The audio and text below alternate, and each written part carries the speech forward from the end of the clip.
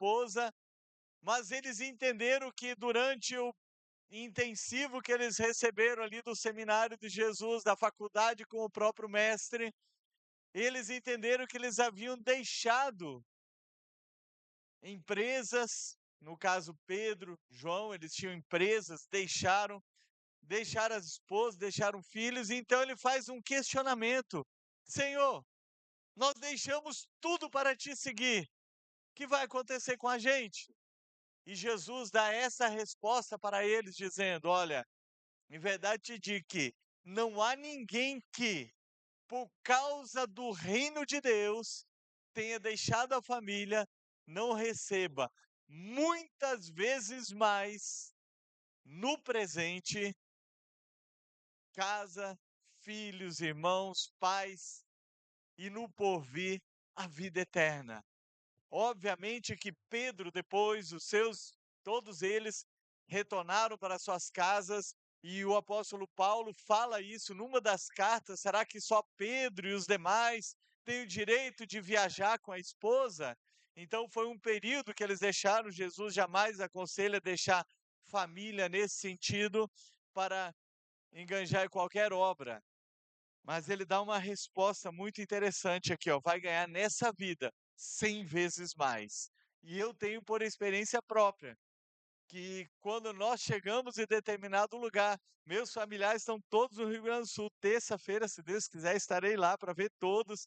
Depois de 25, 26 anos, nós vamos conseguir reunir todos os irmãos para estar junto com a mãe. Muito tempo depois, né? Vi todos eles, mas nunca ficamos juntos. Mas a experiência que nós temos de ganhar nessa vida muito mais família, é a família de Deus. Quantas vezes nós chegamos nos lugares e pessoas foram nossos pais que nos ajudaram a cuidar, os irmãos, então nós ganhamos 100 vezes mais nessa vida. E eu quero ilustrar não, demonstrar aqui que com Deus o ganho é maior em todas as áreas de nossa vida. Por quê? Porque em todas as áreas da nossa vida, ela precisa ter uma certa renúncia. Agora há pouco o pastor estava falando do sacrifício, né, que ele derramou ali, aquela quantidade de água. Realmente, muita gente estava dizendo que desperdício esse negócio. Havia fome, que desperdício é esse? Matar 2 bois ali, ninguém vai comer.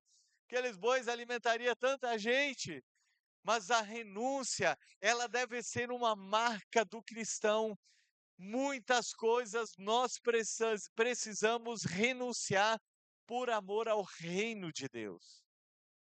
Por que nós fazemos jejum? Por que você deixa não é gostoso comer? É ou não é, gente? É bom comer, eu gosto de comer, eu gosto de me alegrar, tudo isso é muito bom, mas nós precisamos fazer jejum. Isso é renunciar. Nós precisamos renunciar. Muitas vezes nós precisamos renunciar sono. Ah, mas por que renunciar ao sono? Para buscar mais a Deus. Se não tem tempo de orar durante o dia, fazer o seu a sós com Deus, leitura da palavra, renuncie o sono. Eu sempre faço isso. Muitas vezes eu vou dormir tarde, às vezes ontem outro pastor falou, isso já levantou para ir embora, né? Que estava olhando para um lado, para o outro, estava dando 10 horas, que eu gosto de dormir cedo. Mas 4 horas da manhã, 4 e pouquinho, estava em pé. Mesmo em dormir 11 horas da noite, às vezes eu dormi meia-noite. Da horário eu levanto, por quê?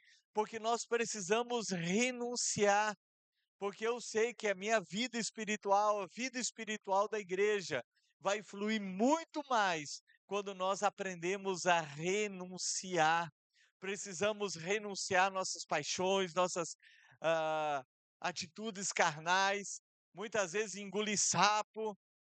É renúncia para que Cristo apareça em nossa vida. O casamento é renúncia diária. Porque se não houver renúncia diária, o casamento não dá certo. Eu gosto do texto de Filipenses 2, que haja em vocês o mesmo sentimento que houve em Cristo Jesus, que não usou o argumento de ser Deus para ser maior que os outros. Lá ele fala uma outra uma outra fala, mas é isso, ele deixou a glória dele. E ele diz o que? Ele se humilhou a si mesmo. O que que nós temos que fazer? Nos humilhar a nós mesmos. Então, por que no casamento? Porque não é só quem tem a razão. Todos os dias nós precisamos abrir mão. Eu sempre falo aqui, para que o cônjuge seja feliz. A única maneira do casamento dar certo é um lutando para que o outro seja feliz, não é esperando que o outro faça ele feliz. Nós precisamos abrir mão da razão, precisamos abrir mão de muitas coisas, se esvaziar para que Cristo apareça ou resplandeça em nosso relacionamento conjugal. Então a renúncia, ela deve ser uma marca do cristão. Jesus disse: se alguém quiser vir após mim, faz o quê? Negue a si mesmo. Tem que se negar.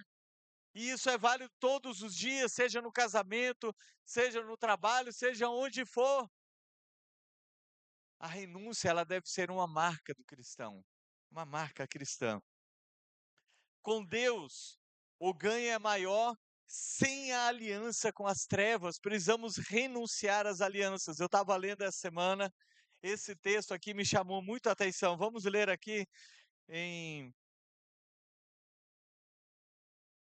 2 Crônicas, capítulo 25, verso 9. Segundo livro de Crônicas, você sabe, né? Porque a gente fala segundo e segunda. Todos do Antigo Testamento a gente fala masculino.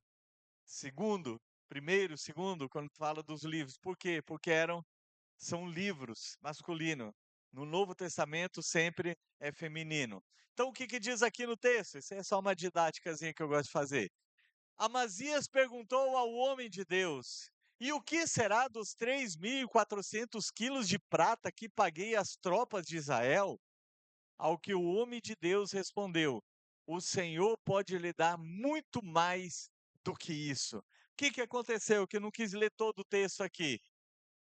O rei de Judá, o reino de Judá, que era já dividido com o reino de Israel, foi sair à guerra. E eles contrataram 100.000 soldados de Israel para serem seus aliados e irem combater as tropas do inimigo. E um profeta veio e falou para Amazias: olha, despede esses 100.000 soldados, porque Deus não tem mais aliança com Israel, não. Eles abandonaram o Senhor, eles estão nas trevas. E se você não abrir mão dessa aliança com eles, você vai lutar, por mais que você lute, você vai perder a guerra. Mas se você despedir eles, mandar eles de volta para casa, o Senhor vai te dar a vitória. Aí ele ficou preocupado. Peraí, mas eu já gastei 3.400 quilos, tive que pagar adiantado 3.400 quilos de prata ao rei de Israel. E o que que vai ser? Não vou recuperar esse dinheiro mais? Já tinha pago. E o que que o profeta respondeu? O Senhor pode lhe dar muito mais do que isso se você obedecer. E ele obedeceu, as tropas de Israel voltaram e eles venceram a guerra, e o despojo de guerra foi infinitamente maior. Agora vamos para 2 Coríntios, capítulo 6, do 14 ao 18. Eu falei que o ganho com Deus, o ganho é maior sem a aliança com as trevas. Nós não podemos ter. Por que eles não podiam ter aliança com o povo de Israel? Porque Israel estava em trevas, eram trevas, estavam seguindo outros deuses. O que que a Bíblia nos diz? Não se ponham em julgo desigual com os descrentes, pois que sociedade pode haver entre justiça e a iniquidade? Ou que comunhão existe entre a luz e as trevas? Que harmonia pode haver entre Cristo e o maligno? Ou que união existe entre o crente e o descrente? Que ligação há entre o santuário de Deus e os ídolos? Porque nós somos santuário do Deus vivo, como ele próprio disse: habitarei e andarei entre eles, e serei o seu Deus, e eles serão o meu povo. Por isso, o Senhor diz: saiam do meio deles e separem-se deles, não toquem coisa impura e eu os receberei. Serei o pai de vocês e vocês serão meus filhos e minhas filhas, diz o Senhor Todo-Poderoso. Não pode haver aliança entre crente e descrente. Uma vez eu estava pregando isso aqui no início da igreja, e eu falei desse texto aqui, e havia uma família que tinha chegado no Arraial aquele dia, e eu falei isso que eu vou dizer agora, que muitos aqui já ouviram muitas e muitas vezes. Você tem uma empresa, ou você vai abrir uma empresa, e aí você quer fazer sociedade com alguém, e essa pessoa não é crente, sendo você crente, você não pode fazer, porque o texto diz que sociedade é entre crente e não crente. E eu falei isso naquele culto. E aquela família depois se apresentou, eram irmãos em Cristo, tinham chegado de um outro estado, e esporadicamente eles vinham na igreja. E cerca de 2 anos e pouco depois ele me procurou. A família dele estava quase arrebentada, filhos já nas drogas, e ele disse: Deus falou comigo no primeiro dia que eu vim no culto, no dia que o senhor pregou. Eu nem lembrava mais da mensagem, irmãos. 2 anos e pouco, como diz o cara, não lembro o que eu comi no almoço, né? Mas 2 anos e tanto depois, e ele disse: o senhor pregou sobre a aliança entre crente e não crente, e eu vim aqui com o propósito de fazer aliança, uma sociedade com um parente meu que não é crente. E eu desobedeci a Deus, Deus me alertou naquela noite. E eu estou profundamente arrependido. Aí ele contou tudo o que aconteceu na vida dele, desde o dia que ele resolveu desobedecer ao Senhor, fazendo uma aliança com as trevas. Não há aliança entre crente e não crente. Não vamos nos relacionar? Obviamente que podemos ter amigos, devemos nos relacionar para influenciá-los e trazer para Cristo. Mas tem sociedades que a Bíblia condena, assim como condenou. Então o ganho é infinitamente maior quando nós decidimos obedecer ao Senhor, simplesmente obedecer ao Senhor. Com a renúncia da glória de Jesus, nós é que ganhamos. Veja o que diz a palavra em 2 Coríntios 8, 9. Capítulo 8, versículo 9. Com a renúncia que Jesus fez da glória dele, nós aqui ganhamos. Pois vocês conhecem a graça do nosso Senhor Jesus Cristo, que, sendo rico, se fez pobre por amor de vocês, para que, por meio da pobreza dele, vocês se tornassem ricos. O que que Jesus fez? Abriu mão da glória dele. A riqueza maior é a glória dele, para que nós nos tornássemos ricos. Ele está falando de forma monetária apenas? Não. Mas qual que é a maior riqueza que eu e você temos? Você sabe identificar o que há de mais precioso dentro de você? Está dentro de você, já dei a dica. Já dei a dica, o que há de mais precioso? O Espírito Santo. Lá em 2 Pedro 1,3, ele diz que ele nos fez participantes da natureza divina, colocando o Espírito dele dentro de nós. Sem ele, nós não poderíamos obedecer ao Senhor, você sabia disso? Porque no Antigo Testamento o Espírito Santo não habitava nas pessoas. Quando você lê lá sobre o Espírito Santo, diz lá: e veio o Espírito Santo sobre tal profeta, e ele falou. O Espírito Santo passou a habitar dentro de nós a partir de Atos capítulo 2, com a descida do Espírito Santo prometida em Ezequiel capítulo 36. Ele diz: eu enviarei o meu Espírito, ele habitará dentro de vocês, vocês serão o meu povo, eu serei o seu Deus, e ele os capacitará para que andem no meu caminho. Então nós ganhamos o Espírito Santo dentro de nós. Que coisa maravilhosa, né? Eu andando, às vezes vou dar um passo em falso. Quantos de nós já desistiram de uma coisa que estava programada e aí não foi? E aconteceu algo ruim lá na frente, se você tivesse ido. Quem te fez isso aí?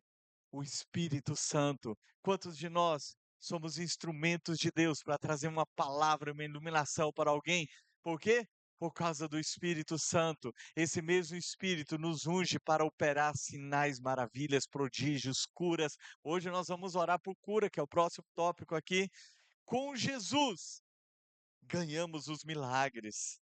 Em João 14:12 ele diz: Em verdade, em verdade lhes digo que aquele que crê em mim fará também as obras que eu faço, e outras maiores fará, porque eu vou para junto do Pai. O que Jesus disse? Jesus operou milagres? Sim ou não? E ele disse que nós podemos fazer mais ainda, não é mesmo? Até porque ele andou cerca de 3 anos no ministério dele operando sinais e maravilhas. E olha quanto tempo nós temos para orar por sinais, por maravilhas, por curas. E hoje, no encerramento dessa mensagem, nós vamos orar para que Deus esteja curando e restaurando saúde das pessoas aqui. O poder de Deus, ele não mudou. Nós precisamos crer nos milagres. Você crê nisso? Hebreus 13:8 diz: Jesus Cristo é o mesmo ontem, hoje e será eternamente. Jesus Cristo era um ontem, é hoje outro e amanhã será uma pessoa diferente? O que ele diz? Ontem, hoje e sempre é a mesma pessoa. O poder dele não mudou, a sua vida não mudou. Jesus não muda, porque ele é imutável, é um atributo dele, imutabilidade. Não muda jamais. O amor dele por nós continua o mesmo, ele continua nos amando. É o mesmo texto que diz que ele carregou sobre si as nossas enfermidades e pisaduras, são válidos para hoje. O mesmo texto que diz que se houver doentes no meio de vocês, traga aos pastores e líderes da igreja, eles imporão as mãos sobre os enfermos e serão curados, continua sendo o mesmo. Esse texto que diz que eu citei antes, que nós faremos obras maiores, continua sendo o mesmo e nós continuamos ministrando. O que muitas vezes falta da nossa parte é obediência. Mas hoje à noite eu quero obedecer. Quem quer ser obediente ao Senhor? Eu vou. Vamos ficar todos em pé? Eu mandei mensagem para você convidar pessoas que saiba que estão enfermos. Tem alguém que está doente aqui? Eu quero orar e você será curado. Pode vir aqui na frente sem medo.